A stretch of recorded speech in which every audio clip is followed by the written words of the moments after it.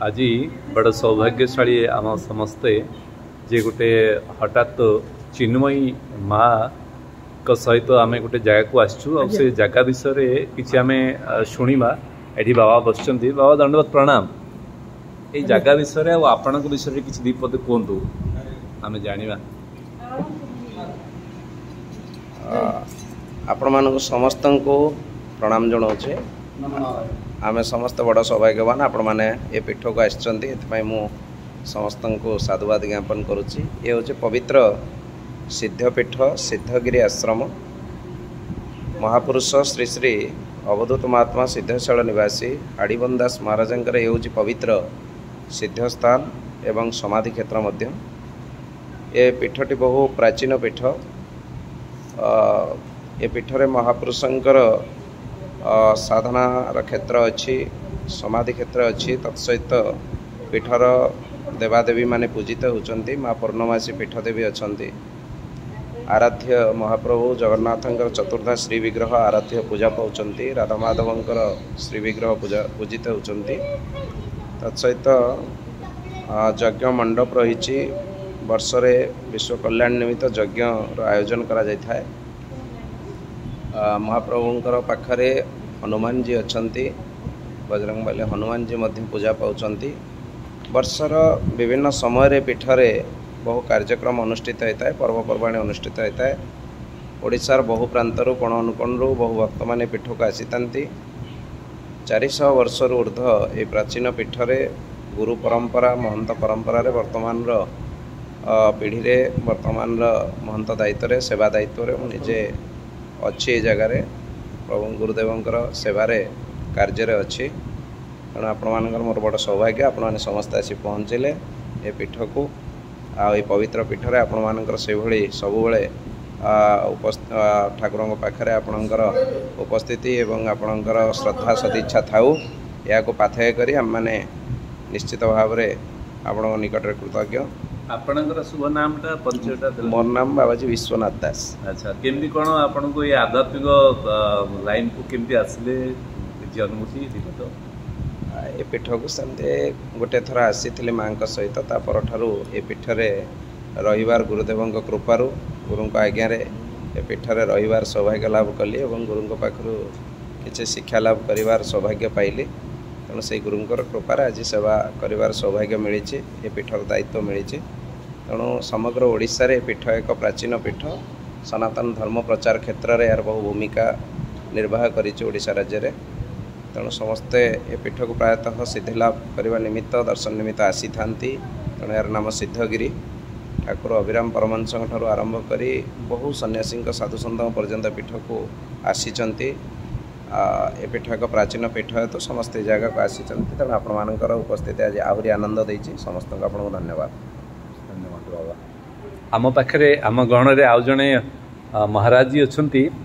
आउ जड़े सन्त महंत अच्छा विषय भी दीपद शुणा से आमर देखाई बहुत दिन पूर्व आउ बहुत सुंदर सुंदर कथामृत से आमको श्रवण करते अगाध ज्ञानर पांडित्यता भी रही आउर परिचय शुणे। बाबा दंडवत प्रणाम। नमो नारायण। समस्त अंतर दिव्यात्मा को मु मोर अंतर गभीरतम प्रकोष्ठ भावपूर्ण भक्तिपूर्ण प्रेमपूर्ण शरण ज्ञापन करुच्ची। नमस्ते नमो नारायण। आपणकर शुभ नामटा परिचयटा शुभ नामटा दर्शन विद्यार्थी पुरी मोर गुरुदेव होचंती कैलाश आश्रम पूर्णानंद पुरी जी महाराज जाओ आपण सहित आगुरी देखा है पुणी पीठरे गोटे सिद्ध पीठरे साक्षात होती बहुत खुशी लगुच। केमती कौन जीवन लक्ष्य आगू केमती कौन समस्त माने समाज को आपनकर वार्ता कौन केमती चली समाज को वार्ता केवल ये जे आसी जो उद्देश्य जीवन महत्व को उपलब्धि कर कोटि कोटि जन्मर सार्थकता बल अनंत कोटि जन्म अतिवाहित होगा पर मनुष्य को दिव्य जन्म मिली अच्छी। रे आत्मन गण ये जीवन को वृथा करना जीवन को नष्ट करना जीवन महत्व जीवन अपूर्वता को उपलब्धि कर। बहुत बहुत धन्यवाद।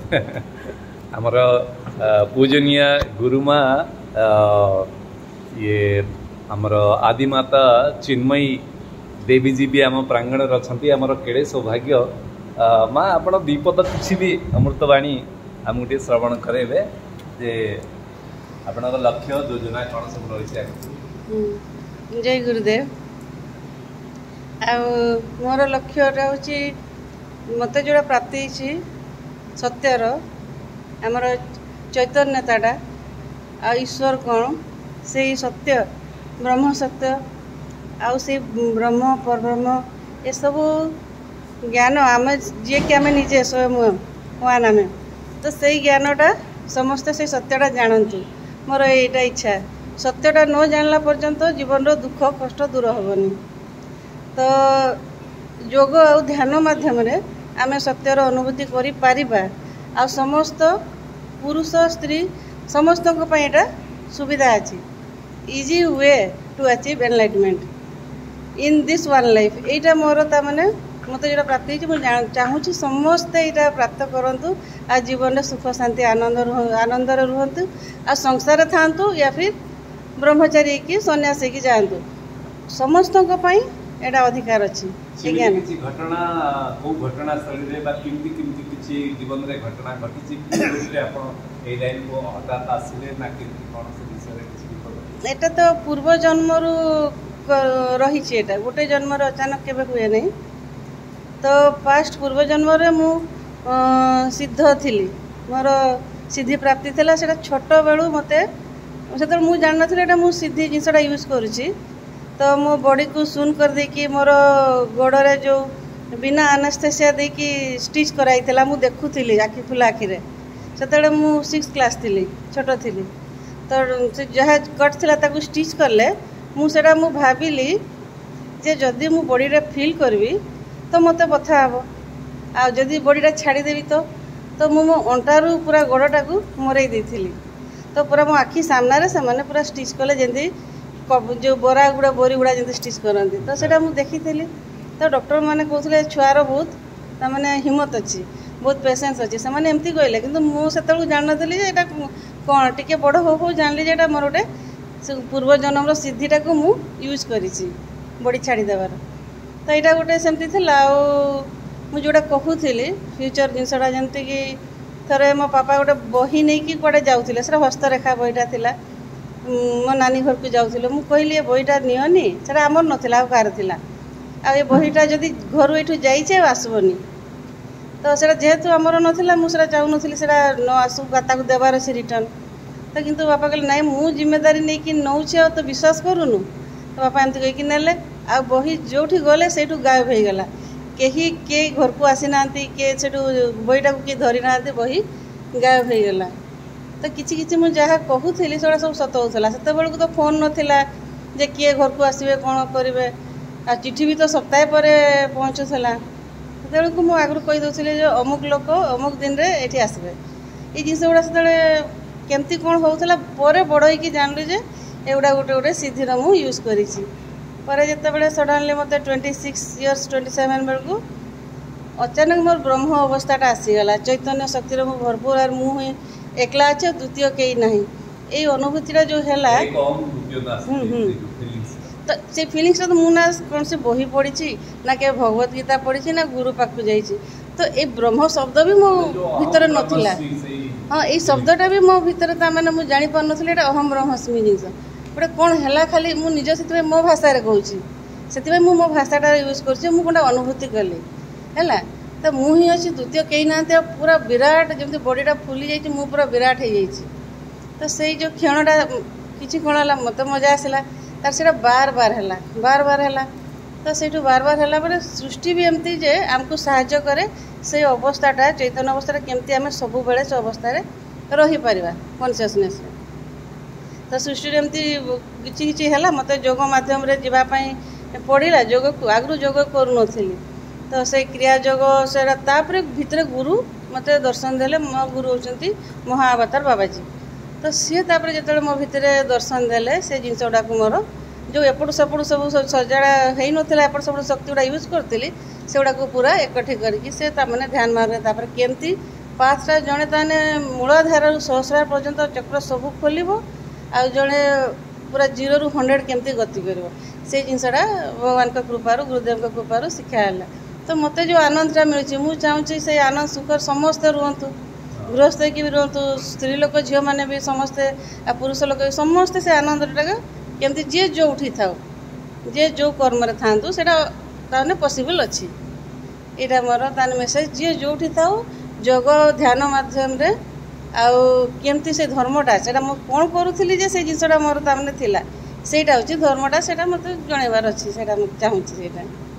आज्ञा जय गुरुदेव केड़े सौभाग्य आम समस्त आज गोटे सुंदर बंधु मिलन कहतु कि सन्थ मिलन आज होती सब सन्थ मैंने सब एकाठी होती गोटे ये जो दिव्य आश्रम रे समस्त मुखमंडल रे हर्षता आड़े सुंदर कांति ऐदुर्य वैदुर्य धरुची कहीं सन्थ आ गए सन्थ को देखले भारी खुशी होती तो जहाँ हूँ चिन्मयी माँ ठू आरम्भ करके सब बाबा माने सन्थ मैंने एकाठी होती दुख लगुच जे गोटे जिनस